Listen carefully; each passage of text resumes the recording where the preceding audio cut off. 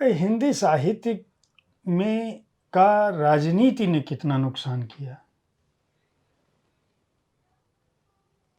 राजनीति किस संदर्भ में आप पूछ रहे हैं कि किस तरह की राजनीति? साहित्यकारों की राजनीति। साहित्यकारों की राजनीति। देखिए, साहित्यकारों की राजनीति ने तो,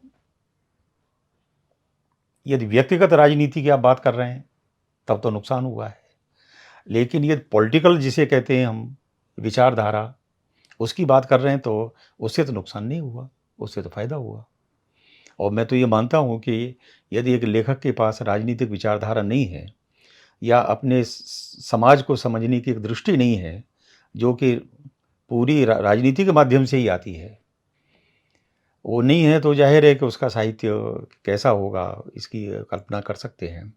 लेकिन शायद आपका आशय व्यक्तिगत राजनीति की तरफ है कि जो व्यक्तिगत जो खींचातानी थी साहित्यकारों में, जाहिर है उससे तो नुकसान हुआ ही है और होता ही है। साहित्यिक संगठनों ने साहित्य को किस स्तर पर पहुंचाया? देखिए, साहित्यिक संगठन जिस उद्देश्य के साथ शुरू हुए थे, जैसे प्रगतिशील लेखक संघ शुरू हुआ 1936 में, प्रेमचंद ने शुरू किया। आप प्रेमचंद का अध्यक्षीय भाषण पढ़िए और उस भाषण को पढ़ करके आपको लगेगा कि कितना एक दिशा निर्देश कर रहे हैं प्रेमचंद के, अब हमें सौंदर्य के प्रतिमान बदलने पड़ेंगे, साहित्य को समझने के प्रतिमान बदलने पड़ेंगे, साहित्य को समझने की दृष्टि बदलनी पड़ेगी। तो ये तो सही था। बाद में कुछ लोगों ने, ज़्यादातर लोगों ने तो नहीं, लेकिन कुछ लोगों ने उस राजनीति को एक पायदान बना दिया। तो पायदान बना दिया तो जाहिर है कि जब वो पायदान मैं बना लूँगा तो फिर आपके लिए वो पायदान कहाँ उपलब्ध होगा। साहित्य का उद्देश्य क्या है? हाँ, वो ये जो प्रेमचंद का भाषण का शीर्षक यही है, साहित्य का उद्देश्य।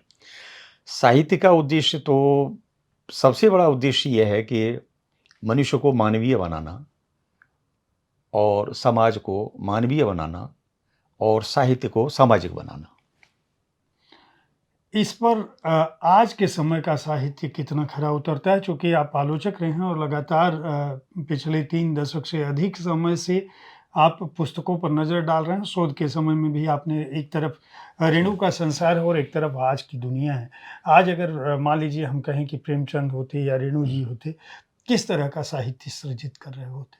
उनका मूल स्वर क्या होता? मैं तो ये मानता हूँ कि आज प्रेमचंद होते दोनों हाथों से लिख रहे होते, क्योंकि जो आज की स्थितियाँ हैं वो स्थितियाँ उस समय नहीं थी 36 में या 36 से पहले की।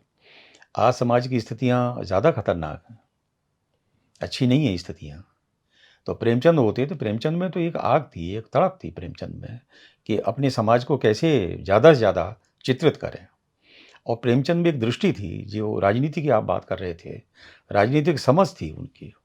आप हंस के संपादकीय पढ़ें तो लगता है कि हंस के संपादकियों में प्रेमचंद किस तरह से बोल रहे हैं। हर बारीक से बारीक घटना पे प्रेमचंद की नज़र है और उसको लिख रहे हैं। अपनी कहानियों में भी लिख रहे हैं, अपने उपन्यासों में भी लिख रहे हैं और हंस के संपादकीय में भी लिख रहे हैं। आप देखिए, गोदान को ही मान लो लें। गोदान का जो किसान है, 36 का किसान है, और 1920 और 25 का जो किसान है, रंगभूमि और प्रेमश्रम का जो किसान है, उस किसान के साथ दूसरे किसान भी है, आंदोलन है।